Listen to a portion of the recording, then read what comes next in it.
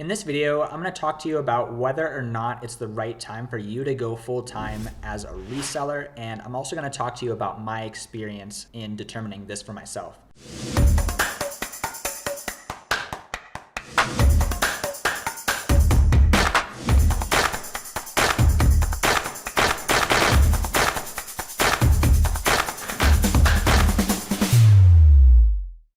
So I've been a full-time reseller for around 3 years now. I do Amazon FBA full-time and a little bit of eBay on the side. And when I went full-time, I actually went full-time while selling on eBay.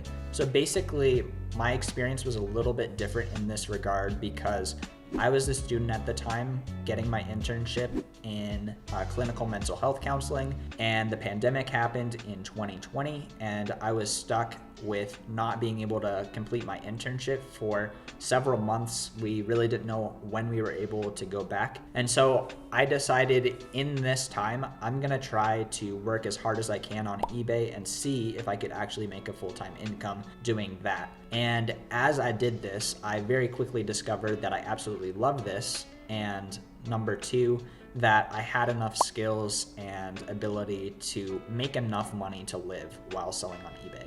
And this brings us to the first point of whether or not it's the right time for you to go full-time on your reselling business. And that is, what are the costs that you need to bring in every single month? And is your reselling business actually able to hit them and hit them consistently? You don't want to just absolutely quit your full-time job that you're making a ton of money with because you're kind of on a fluke streak of finding really good opportunities, and then one of those opportunities just goes and you're not able to adapt. You know what I mean? So you need to have a proven track record of making profit on a very consistent basis. And so for me, as I continued on in my experience, after several months, I thought, okay, I would love to do this full time. I kind of don't care about going back, but what I'm gonna do is I'm gonna take a leave of absence for 6 months to see, is this still working in 6 months? I haven't burned my bridges yet. I can always just go back. And so what you can do with your job is, maybe you're not gonna be able to do the same thing with your job, but you still have the credentials and the ability to go get another job.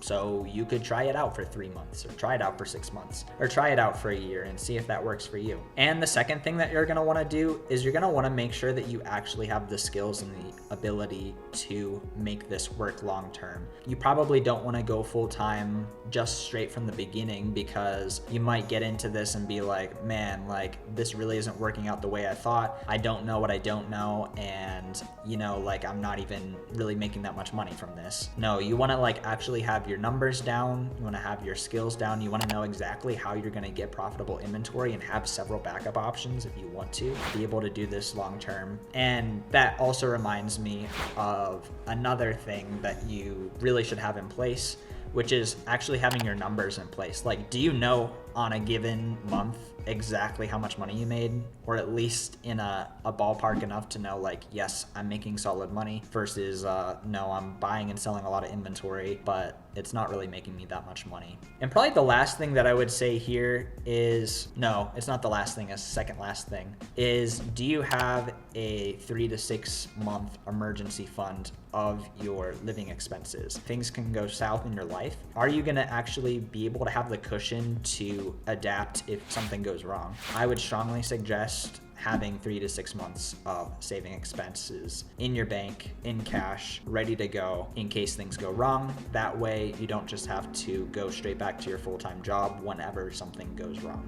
And then finally, the last thing is, are you a self-motivated person? Because when you're working for someone, they set the structure. They're the manager, they have the responsibility, they have the liability, they have the cash investment. When you're self-employed or a business owner or an investor, you have that responsibility unless you've actually hired it out effectively. And a lot of people aren't necessarily cut out for it. It's much easier to just go to work. You have a set system that you follow through with and you just do every single day. In this case, you're kind of wearing all the hats and you have to figure out how to progress your business without going down rabbit holes that end up making you no money and leave you poor. You have to make sure to actually be a good manager of yourself. If you decide to scale this, be a good manager of other people to help you with your business. So that being said, said, do you have the numbers in place to know how much you're actually making? Do you have the skills to know that you are making profit consistently? Do you have 3 to 6 months of expenses saved up? And are you a self-motivated person? If that's the case, selling full-time could be for you. If not, you can just keep doing it part-time and develop those skills. So if you guys are interested in more content like this or